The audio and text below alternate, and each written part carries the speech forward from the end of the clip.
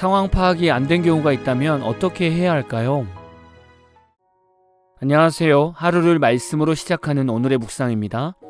오늘은 사무엘상 10장 9절부터 16절까지의 내용을 함께 묵상하겠습니다. 먼저 말씀을 듣겠습니다.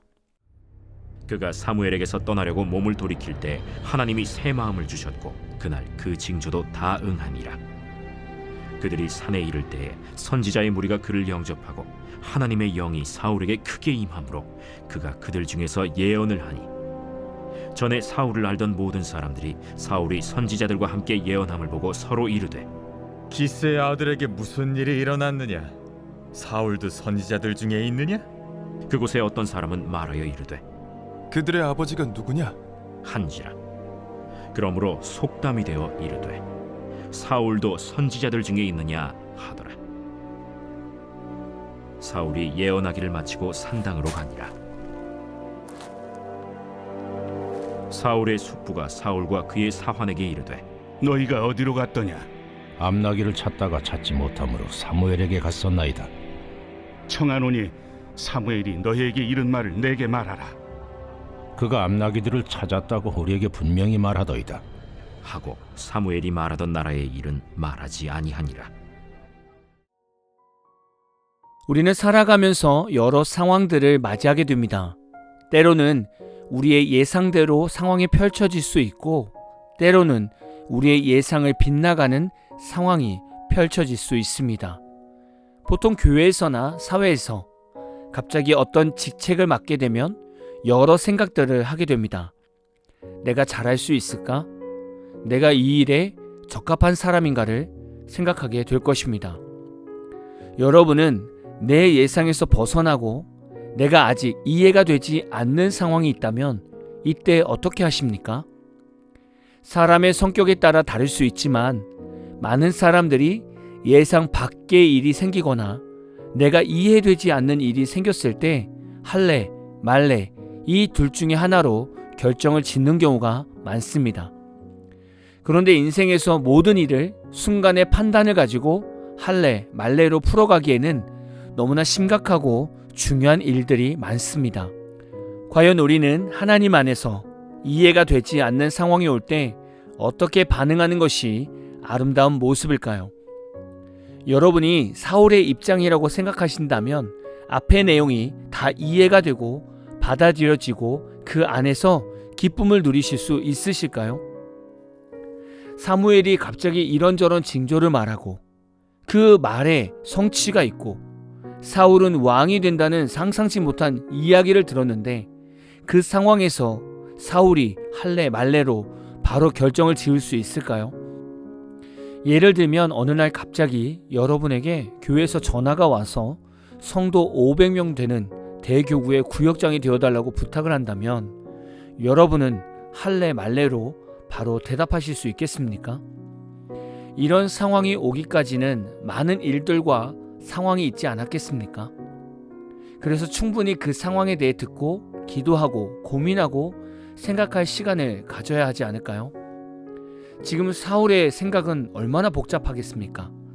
아버지 암나기 찾으러 갔다가 왕이 되어야 한다는 폭탄을 맞은 것입니다.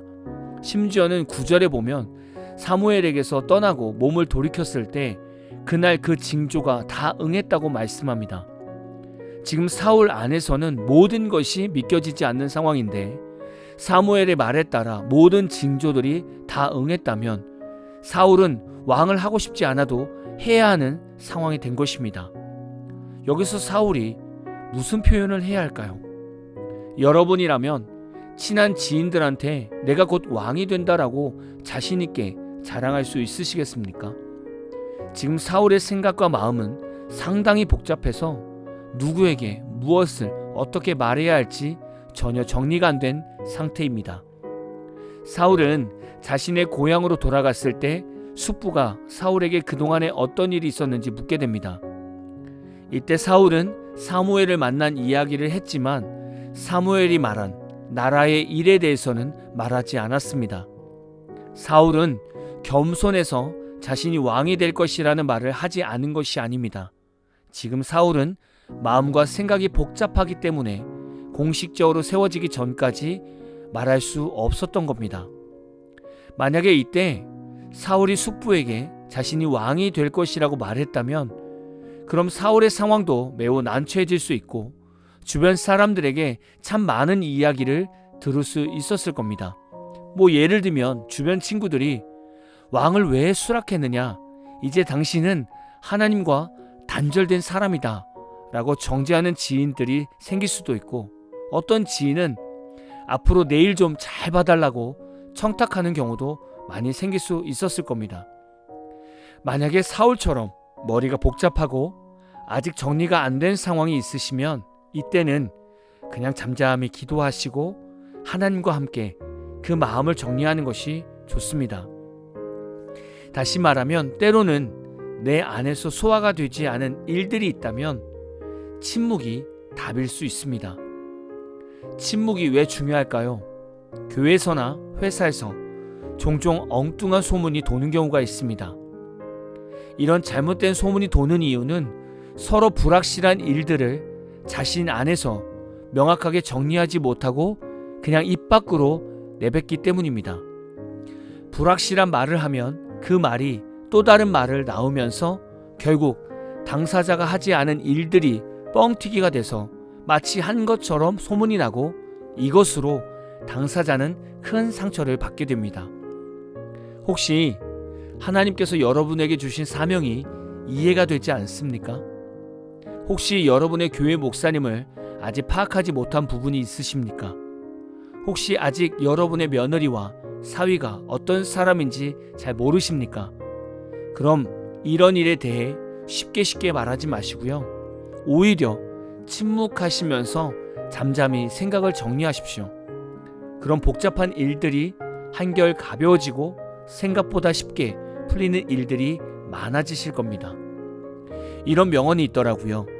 지혜의 첫 걸음은 침묵이며 두 번째는 듣는 것이고 세 번째는 기억하는 것이며 네 번째는 실천하는 것이다. 교회 공동체 생활을 하면서 가장 지혜로운 생활은 침묵이고 그리고 경청입니다. 우리 모두가 침묵을 즐기는 목회자와 성도가 되어야 할 것입니다. 오늘 마무리 찬양은 IHC의 그 침묵 속에 라는 찬양입니다. 찬양 후에는 잔잔한 연주곡이 있습니다. 말씀을 생각하면서 기도하는 시간을 가져보십시오.